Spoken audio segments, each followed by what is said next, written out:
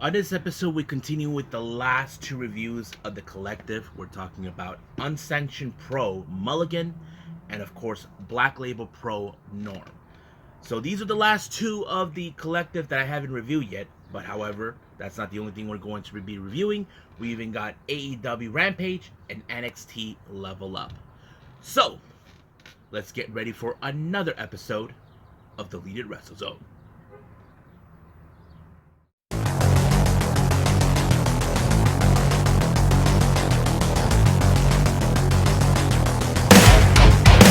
Are you ready? Get up, get up! Get up, get up! Get up, get up! Get up, get up! Get up, get up! Get up, get up!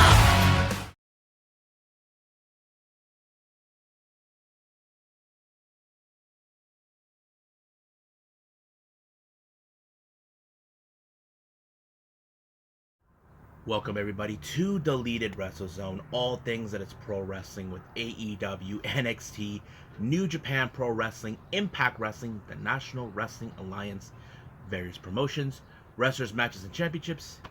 I am your host, J. Right here. So, let's begin with, of course, Unsanctioned Pro Mulligan that took place on the 2nd of April. Now, before I proceed, you're probably saying, don't I normally do it in the room right now, this entire thing? Well, right now it's a hot day. I'm close to the window. So that's the pro thing. But later on, I will be in my normal room where I actually do this for you. So, let's get that out of the way so you guys won't be suspiciously asking questions about it. Now, our first match in Unsanctioned Pro Mulligan, we have the Unsanctioned Pro Tag Team titles on the line. We got Cincinnati's Most Wanted, Aaron Williams and Lord Crew. Now, I have seen these guys before on previous time I reviewed. It's been a while since I did an Unsanctioned Pro event that I reviewed, but I get to do it. Their opponent is none other than Yokai, consistent of the Demon Kick, Janai Kai, and Yoya. Now, you probably would say that you would rather see Yoya and Janai Kai win. Well, I would agree, but no. You look at the guys like Cincinnati's Most Wanted. They look more like the most vicious group from what I saw. They're vicious, they're deadly. Not to mention, the thing is, even if with Janai's kick strikes, it wouldn't be enough. But it was Lord Crew that picked up the victory to retain the titles. Next match we have is a three-way match. We have Lexus Montes, who they revealed that he is a member of Cincinnati's Most Wanted, taking on in a three-way Kevin Blackwood, someone you guys are familiarized with, and of course Brian Keith. Now, as you know, three-ways are unpredictable. We don't know how the outcome of this match is going to end, but I was a bit surprised that it was Lexus Montes who won when he pinned what's his name, Brian Keith, to win the match. Next up, as always, we love in the collective when there is of course, a scramble match. We have Nate Webb versus Ace Perry versus the Whisper versus Everett Cross versus Mike Swanson, and then finally versus Sam Stackhouse. So yeah, now anything could happen in a freaking scramble house. That's what makes it so good. Now, you probably would say, who could win this one? I mean, look, there's many possibilities. I mean, I know about 4 out of the 6 people that I've seen so far, you know? But I was a bit surprised it was Ace Perry who picked up the victory on Nate Webb. He pinned him really quickly, and of course, it resulted in him to win. But he had to skedaddle the moment he pinned Nate Webb. But of course, it was a bit of a surprise by Nate Webb. He's like, what the hell, man? But yeah. Now, our next match we have is Christian Robinson taking on Billy Starks. I have to say, this was a very good match, but not to mention the way it ended. I mean, with Christian Robinson throwing a bit of an aggressive slice, he put Billy Starks in a bulldog, that same move that John Moxley does. I think that's what it is. The bulldog chokehold on him, and that kind of showed the aggressiveness of him. but Billy Starks had no other choice but to tap out. Next up, we have a gauntlet match. First match we have is Jeffrey John taking on Morgan Taylor. Now, in this particular match, Jeffrey John played dirty, doing dirty tricks to ensure he wins. So that's how he did. He won by playing dirty, low blowing this guy, Morgan Taylor. His next opponent is Ron Bass Jr. And once again, he did it again with his dirty tricks. But however, his last opponent is the one person he did not expect. And that person is Akira, the Death Samurai. Yes, so basically, he knows who he's dealing with, but the way it ended, Jeffrey John should have known better not to deal with the Death Samurai. So, as you know, he brought in some light tubes and wham! Right there. He knocked him out cold. I'm sure he's probably like pissed off. What the hell did just happen? But I thought it was a pretty good ending. But Akira won the match. Next up we have is Robert Martyr versus Charlie Tiger. Interesting matchup. I've seen these two guys on previous occasions, but it was Charlie Tiger that picked up the victory with the Tiger Driver, and it was 1, 2, 3. Good night, Irene. Next up, now this championship match, this is not an unsanctioned pro title. This is from the Ohio Wrestling Alliance. This is for the heavyweight championship with the champion Trey Lamar versus TIM. So I was like pretty impressed with this. I didn't know that Trey Lamar was the heavyweight champion. I completely lost track of everybody who was doing it. I mean, I've been following a lot of promotions, but mostly I didn't know. But it was a pretty good match. I was a bit surprised that it was Trey Lamar that picked up, that retained the title. When he pinned Tim, I'm like, wow, pretty good.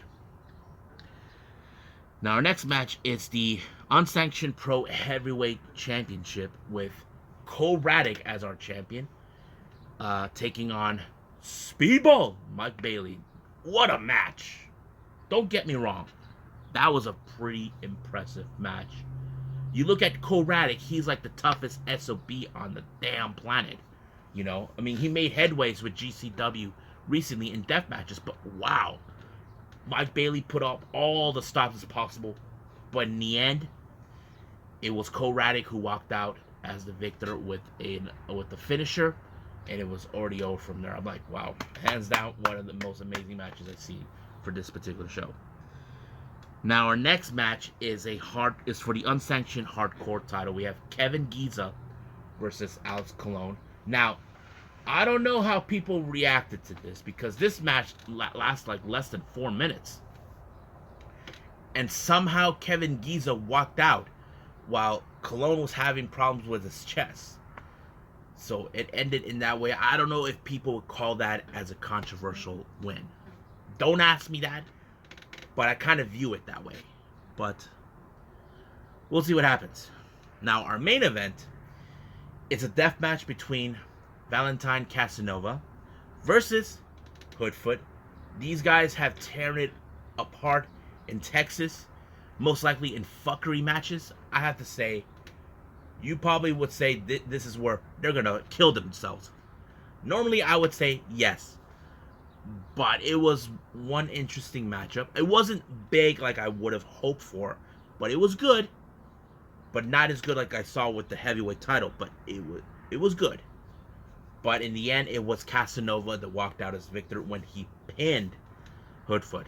But in the end, those two found great respect for each other, and it was okay. The show was pretty good. I liked it, but like I said, my favorite match I have to say is that Unsanctioned Pro Heavyweight Championship match. That was pretty good. That's like possibly my favorite one for this particular one.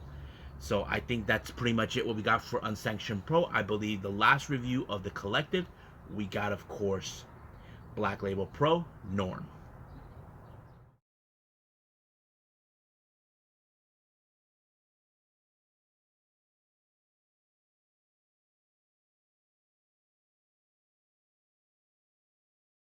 Okay, so right now we're at the last show of the collective, Black Label Pro. with Norm that took place on the 3rd of April. The first match, we have Barbarian versus the Heavyweight Hustle, Calvin Tankman. Now, this is a battle of the brutes. If you can probably guess it, but yes, it always plays. Now, if you guys aren't familiar with Barbarian, you may remember his tag team partner, Meng. Yes, the same one, but I was like surprised that this guy can still kick some butt. But it was the most biggest surprising defeat ever. I did not anticipate this guy to win the match. I mean, it was very impressive, with him beating Calvin Tankman. So I was like, wow, this guy still got it. But I don't know how Calvin Tankman would feel. I mean, many fans probably did not like the idea, but it is what it is. Next up, we got Sheza McKenzie taking on Billy Starks. Now, I have seen Billy Starks from time to time from GCW, JCW, other places, but here in Black Label Pro, she's a heel. I didn't know that, but the way this ended is when she used the chair where the ref did not see it. So basically, this, according to the commentators, this is the second time she used the chair to win the match. So basically, I did not know she was a heel in Black Label Pro.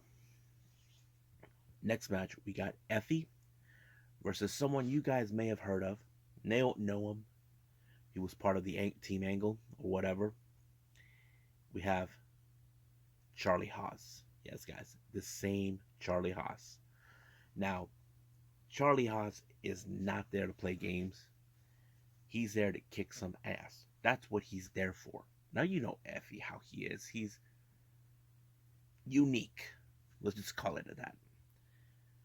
Not only that, Haas did everything in his power to dismantle Effie, but nothing worked. Unfortunately, he lost to Effie by a pinfall. I don't think Haas knew what he was getting himself into, but he brought that to himself. I mean, every match we've seen Effie with, it's much awesome to watch. But yeah. Now, this next match, I must confess, I don't know any of these guys. Kobe Durst versus Jessica Troy. I don't know who these guys are. I completely never heard of them. It was a decent match, but the way I saw it, Durst was more aggressive in this particular match. That allowed him to pick up the victory with a power slam. And I'm like, wow, it makes sense. But yeah.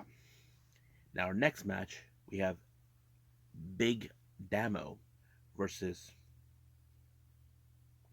Warhorse.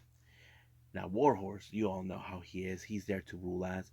No matter how Big Damo is, he will do whatever it takes to win. But however, he got power slam as well by Big Damo to allow the win. I mean, wow, it was crazy.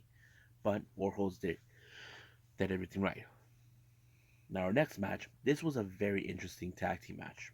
We have the American Wolf, Davey Richards, teaming up with Speedball, Mike Bailey, to take on the Workhorsemen, JD Drake and Anthony Henry. I have to say, what a match.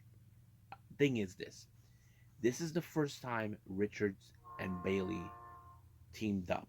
Now, you can say this team may not work, but they worked well enough, regardless of what we already know.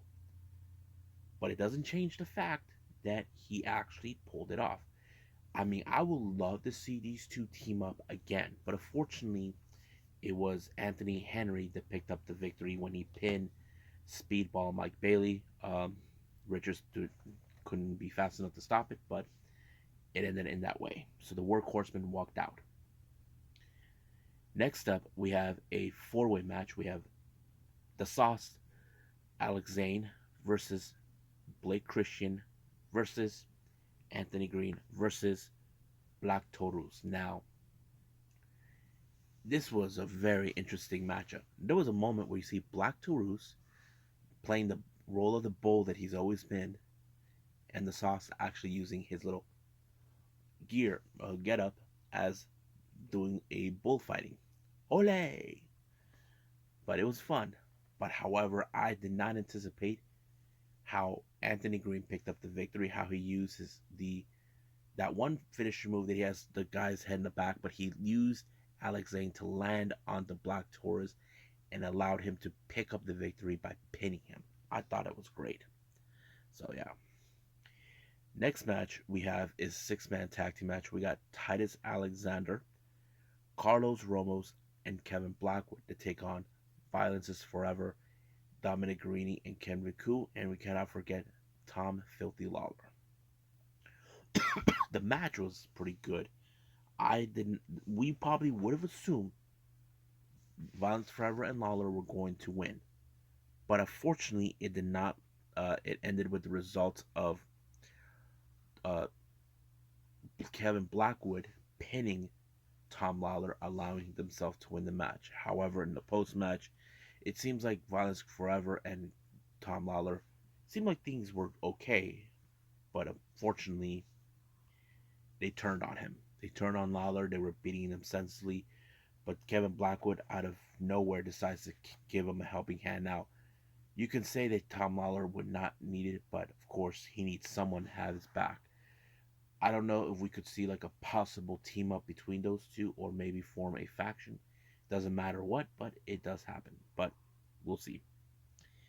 Our next match, we have a scramble match. Dan the Dad versus Devon Devon Monroe versus Cody Lane versus Shane Saber versus Jody Threat versus Per. Now, this was one of those crazy matches. But I think the really interesting part is when Dan the Dad began doing chokeholds on everyone except for Cody Lane.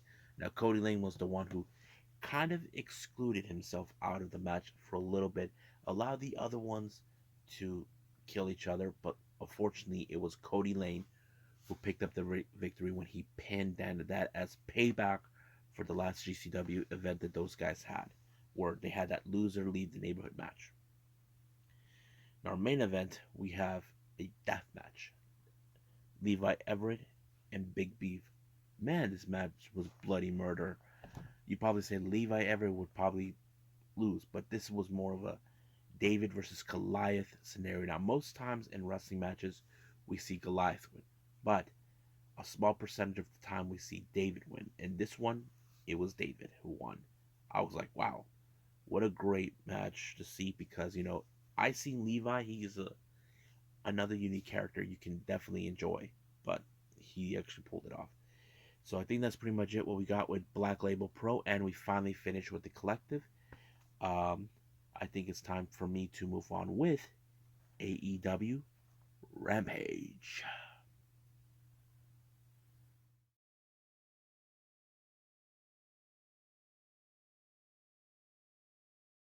Okay, now we got AEW Rampage. It opened up with Trent Beretta versus Daniel Bryanson.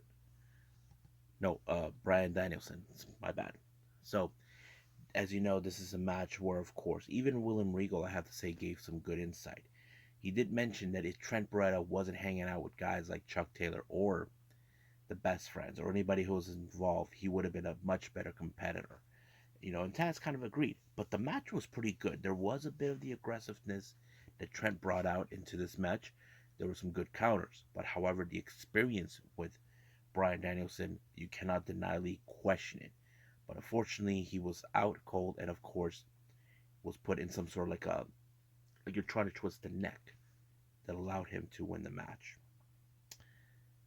Now, once again, people were trying to find out about Hook.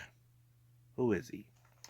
Gave a word, but I always viewed as Hook as, you know, just chill out, man. Just worry what's going to happen in the ring. That's it. But, however, Danhausen doesn't seem to let go of the fact that maybe Hook is immune to him. He tried again, failed. But he thinks that the chips might be the source of his power. I laughed so hard when he did, but I don't know what Taz would think. Now, once again, we have Lambert, Scorpio Sky, and Ethan Page. Now, Sky saying he closed the open challenge, and Sammy is not going to tolerate saying, that it's not the champion that makes the belt. It's the man who makes the champion. Now, Lambert probably can say it's a little crap, but apparently they will not give them the match that they want, the tag match. But Sammy did indicate that he's not going to stop until he gets that one match. So the real question is, what is Sammy's going to do? What is step two to convince him? Well, we just got to find out on Dynamite. Now, Jericho has this thing about called the Jericho's Entertainer of the Week. And the Entertainer of the Week is QT Marshall.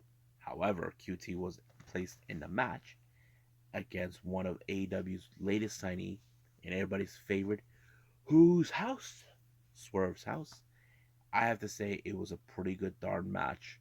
Not to mention, of course, Fear of the Factory were right there, but they were thrown out because they got their hands caught in the cookie jar. But however, QT failed miserably, and Bland that kick took out QT. However, the feud between Swerve and Starks rages on, so apparently Starks sets up a match between him and Hobbs to take on Glee and Swerve. So this is going to be a slobber knocker of a match. Now, if you guys remember, Jade Cargill proclaims herself as now the problem solver, thinking she can solve the problem about Marina Shafir. Now, Marina Shafir has been on a tear, undefeated, just like her. But Jade Cargill has a problem with her being in AEW. She believes she has no business being in AEW since she has an MMA. She thinks that she can surpass her. But the real question is, can Marina Shafir put away Jade Cargill, stop Deont? And of course, Marina responded saying, I dare you to solve the problem. So basically, that is a good question, and I can't wait to see that match when it happens. Now, our next match is the Women's Owen Hart Foundation Tournament Qualification Round. We had Willow Nightingale versus Red Velvet. Now, this is between speed and power. So that kind of fits in. Now, however, if I was Red Velvet, I try to avoid the powerhouse of Willow Nightingale. And that's what she did. Of course, that spinning heel kick that always works. It's a charm. Did its part and allowed her to win the match. Now, our last interview of the day, we had Tony Nese talking about how pathetic he's not getting recognized. But all of a sudden, he gets a surprise visit from none other than Jade Cargill's and MJF's attorney, Smart Mark Sterling. So he said he's going to give him legal representation to give him what he wants. Now, our main event is the most brutal, bloodiest match I've ever witnessed. Wheeler Yuta, who is now the newly crowned ROH Pure Champion, taking on the purveyor of violence, Jon Moxley. Man, this match was insane. I couldn't even believe what I was witnessing, but it was so bloody murder. And you can say Wheeler Yuta won the night. But however, he did lost the fight. But William Regal made one interesting point. It's not easy to impress a guy like Moxley. I mean, he's impressed. So is Daniel Bryanson. Bryan Danielson. They're both impressed.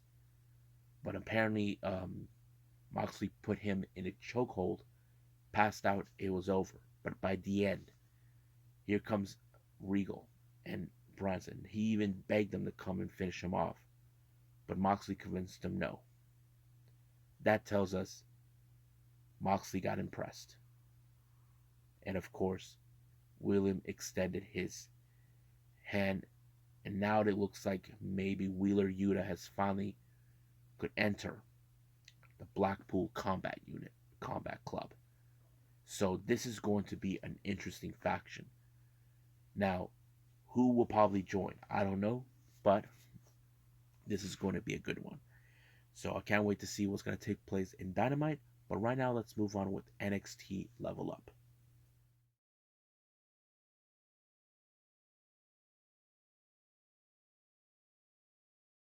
Okay, our last review is, of course, NXT Level Up. The first match we have Javier Bernal versus Guru Raj. Now, I hardly get to see a lot of Guru Raj and Javier Bernal, but I have to say this match kind of give them. This is more like who gets the edge that maybe we'll be seeing them more often in NXT. I have to say both wrestlers did an amazing job in this particular match. I was mostly impressed with Guru, but however, Javier Bernal had the much better advantage by making his very first win in this match. I thought it was impressive. Can't wait to see what else he's going to do. Next match, we have Diamond Mines Ivy Nile along with Malcolm Bivens to take on the new comer Thea uh, Hale. Thea Hale may have did a good job, impressing. I just couldn't, how to say, I did not imagine a whole lot. But however, it was no match for Ivy Nile, who we can know for sure that one day she will become the NXT Women's Champion. I still am waiting for that moment to happen. I mean, it would be a good match to watch. Now, our main event, we have a tag team action. Bodie Hayward and Andre Chase to take on newcomers Shannon Lauren and Troy Donovan. I have to say, Bodie Hayward showed a bit more of the aggressive side in this particular match, and so did Andre Chase. Now they're a little more like, we're not playing games anymore. We know they had their issues in the past with Robert Stone and Von Erich, but now it's time to move up to the next level in that way. But it was Andre Chase who picked up the victory for his team, and that means Chase University picked up the win. So it was pretty good. I think it was a pretty interesting level up, but we'll see what happens the following week. Right now, let's move on. With the last thing I want to do is some news updates.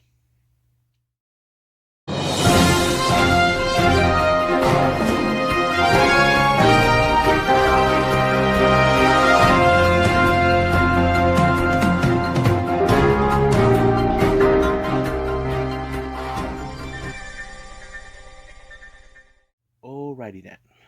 Now, you may have heard already what took place in WWE. It appears Marcel Bartel has changed his name to Ludwig. Now, I know some of you guys are sick and tired of this crap. Now, we ask ourselves, why are they fixing something that's not broken? Well, there's nothing wrong. But I feel that they're changing the name for some particular reason. It's like they don't want them to associate to, you know, NXT. That's always been the point. They've been trying to say this thing that NXT never happened. But Ludwig, or should I say Marcel Bartel, did show up at SmackDown when Gunther made his appearance. But the one thing that it was a drawback for me was the fact that they were wearing red. I'm like thinking, another thing they had to fix? They think that it was broken? I mean, look, right now I've been hearing from people in social media talking about this. They're trying to make it look like they're Russians in a way. Like this one guy, Kozlov, I think that's his name, or whatever. That big dude, I forgot his name. I think it's ridiculous, in my opinion. Changing the name, changing the color thing. I mean, I like the color black for Imperium. That's always been like the trademark. Red is, I don't know, it's kind of weird. But that's not one thing that one thing to change. As you know, another call up to SmackDown happened Raquel Gonzalez got called up. Instead of calling Gonzalez, she now goes by Rodriguez. And ironically enough, that's my real last name. If you guys picked up J Rod, it's Rodriguez. I'm not telling you guys what the J stands for. If you can guess it, fine. I don't have a reward, but you can try to guess. But it's ridiculous. Once again, why are they trying to fix the names of wrestlers they act like it's broken? It bothers me. I know many fans don't like it, but there's nothing we can do about it. That's the thing. So I think that's pretty much it. What took place. I don't know. It's ridiculous they're changing the name in all of this. But I think that's pretty much it. So I say let's call it a day. Well, I hope everybody enjoys this episode. Coming up, I will be doing a interesting review. First one is going to be the New Japan Pro Wrestling Hyper Battle, which is day 5. Now, day 3 and 4 are not part of the New Japan On Demand. You cannot see it. It's more like a house show type. But I can't wait to see this one. Also got NWA USA. However, there is a possibility I might see the Japanese promotion GLEAT with G Pro Wrestling version 21. I heard there's going to be some interesting matches taking place. And then on, I will be doing some past events from mostly Japanese. We do know there is GCW events going on, but I won't be able to see that one till Sunday. And from then on, a lot of wrestling's taking place this weekend, and I still got to catch up with others that I haven't seen yet. So right now, just be patient with me because I'm only about a month behind on certain aspects. But right now, I'll see you guys in the next DWZ time. Same DWZ channel. I must bid all of you adieu. So, goodbye. Mwah. And have a nice day. Bang.